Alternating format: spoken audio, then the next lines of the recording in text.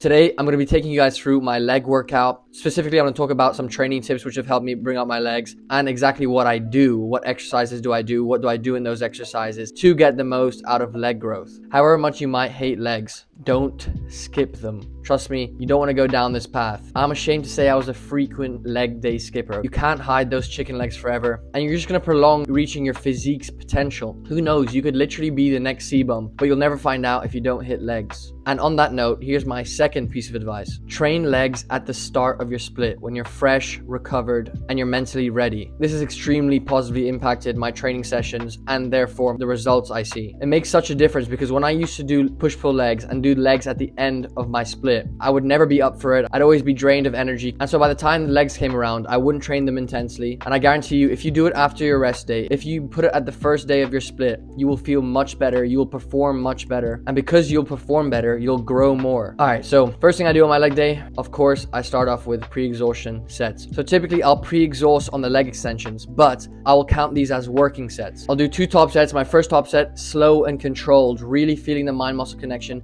getting a squeeze in at the top of the rep, really feeling my quads contract. My second top set, I'll do like a continuous set. I won't slow the eccentric as much. I'll just go all out, non-stop, really just pushing blood into the quads. Then I'll drop the weight to my back off set and do like 12 to 15 reps till failure. Again, controlling the eccentric, squeezing at the top. And then I'll do 2 rest pauses after my back off set. So I'll wait 10 seconds or take 10 deep breaths and then repeat using the same way as a back off set. Then I'll wait another 10 seconds or I'll take another 10 deep breaths and repeat using the same weight. So I really train the quad extensions hard so that when I come onto my leg press and my squats, I'll be able to feel my quads engage so much more and therefore get the most out of quad growth. So that's the first movement. Let's move on to the second. If you want to have big legs, you have to train your hamstrings. Trust me, don't do what I used to do. I would train hamstrings as like an afterthought, thinking that it was less important. I'll do like a crazy quad day, and then at the end of the leg session, I'd just do a couple sets of hamstring curls, and my hamstrings were literally invisible. So my next movement is the lying hamstring leg curl. You can swap it out for a seated hamstring curl. If I were you, I'd alternate week by week as both target different heads of the hamstring. So ever since I've started doing my hamstring curls towards the start of my workout, it really allows me to apply effort and intensity to a hamstring movement. Also, another thing, if you do your hamstring curls first, it makes your leg presses and your squats feel so much better. The movement just feels smoother. I have really tight hips and bad knees, but doing my hamstring curls before my squats, before my leg presses, eliminates the irritants and I can really focus on engaging the quads. So again, here I'll do 2 sets of 10 to 12, followed by 1 set of 12 to 15. Here, you really need to focus on a mind-muscle connection. That's literally all that matters when doing your hamstring curls. I used to hate hamstring curls, especially seated, because I would never feel the mind-muscle connection. I'd never feel my hamstring actually curling the weight and moving the weight. But I promise you, if you keep practicing and focusing on curling the weight with your hamstrings and focusing on a mind-muscle connection, you will see growth. Hold the squeeze for 1 second, hold the stretch for 1 second, drag your reps and don't swing, okay? Slow and controlled eccentric, contracting your hamstring at the top of the rep and holding that squeeze. So next, the most important exercise in growing your legs,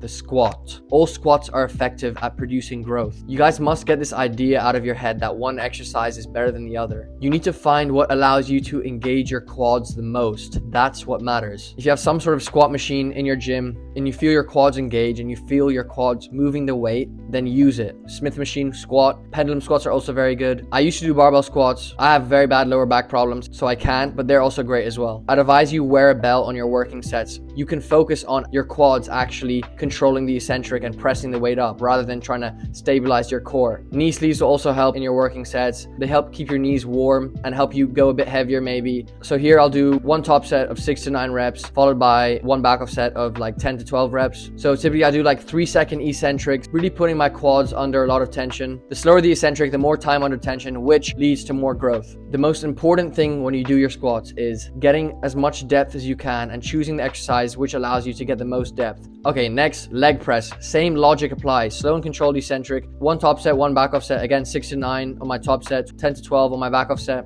I'd pause at the bottom for like 2 seconds. I'd like do 4-second eccentrics, really just focusing on controlling the weight with my quads on the eccentric. Next, Bulgarian squats. You don't need to do these, but personally, I have a quad imbalance, so my left quad is much smaller than my right quad. So I do Bulgarian split squats to isolate both quads, to apply effort to both quads. Because sometimes when you do your squats or your leg presses, your dominant leg tends to take over and therefore do most of the work and therefore grow more. So here I'll do 2 sets of 10 to 15 reps. I do these things called super continuous sets. They're essentially constant tension on the quad. So as soon as I reach the top, I go back down again. All right, next, RDLs. These are very, very good at growing your hamstrings. You can do these with a barbell or a dumbbell. So I'll do one top set of 8 to 10 and then back off set of 10 to 12. And I'll literally do like 4-second eccentrics and pause in the stretch for like 2 seconds. Really trying to emphasize, again, a slow and controlled eccentric and getting a stretch in at the bottom of the rep. Focusing on my hamstrings, pulling the weight, not my lower back, not my arms. Finally, calves, bro. Here's how you grow your calves. You ruin them. I used to do them, again, like my hamstrings, half hours at the end of my sessions, not really giving them intensity or effort or focus, and they didn't grow, okay? They were sticks. And that's just how calves are at the end of the day. They're very stubborn and they're almost entirely dependent on your genetics.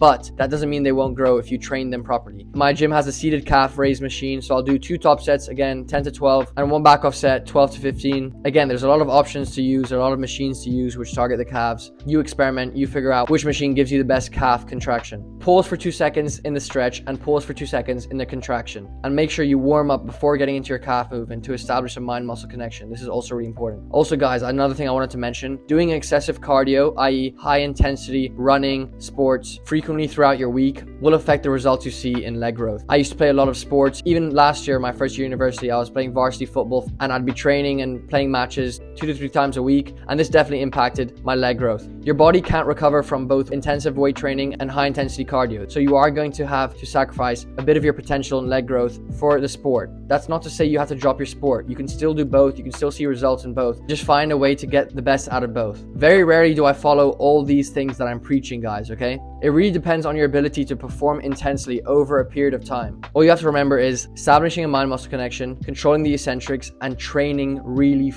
hard. Just give it your best and don't get lost in the details, okay? Oh, Frankie said 2-second pause, 4-second eccentric. No, bro. I don't even do that. That's something I aim for. That's something which allows me to remember to control my eccentrics, to get a stretch in. And that's a wrap on the leg vid. Thank you for watching. Remember, incorporate these tips and see for yourself. I hope these tips will prove helpful and help you in your leg day, help your performance in your leg day, give you some ideas on what you should do on your leg day. Appreciate the support, appreciate the comments. Let me know if you have any questions. As always, I'll be coming out with a video very soon. But until then, peace!